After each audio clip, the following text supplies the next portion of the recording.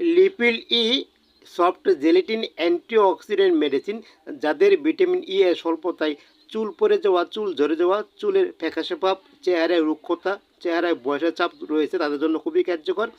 চুল জড়া, চুল পড়া, চুল পাকা কমায়, তারুণ্য ধরে রাখে, চেহারায় বয়সের চাপ দূর করে, পারফরমেন্স বৃদ্ধি করে, গুরুত্বপূর্ণ অর্গান হার্ট, লিভার, কিডনি সুস্থ রাখে, রক্ত স্বল্পতায় খুবই কার্যকর।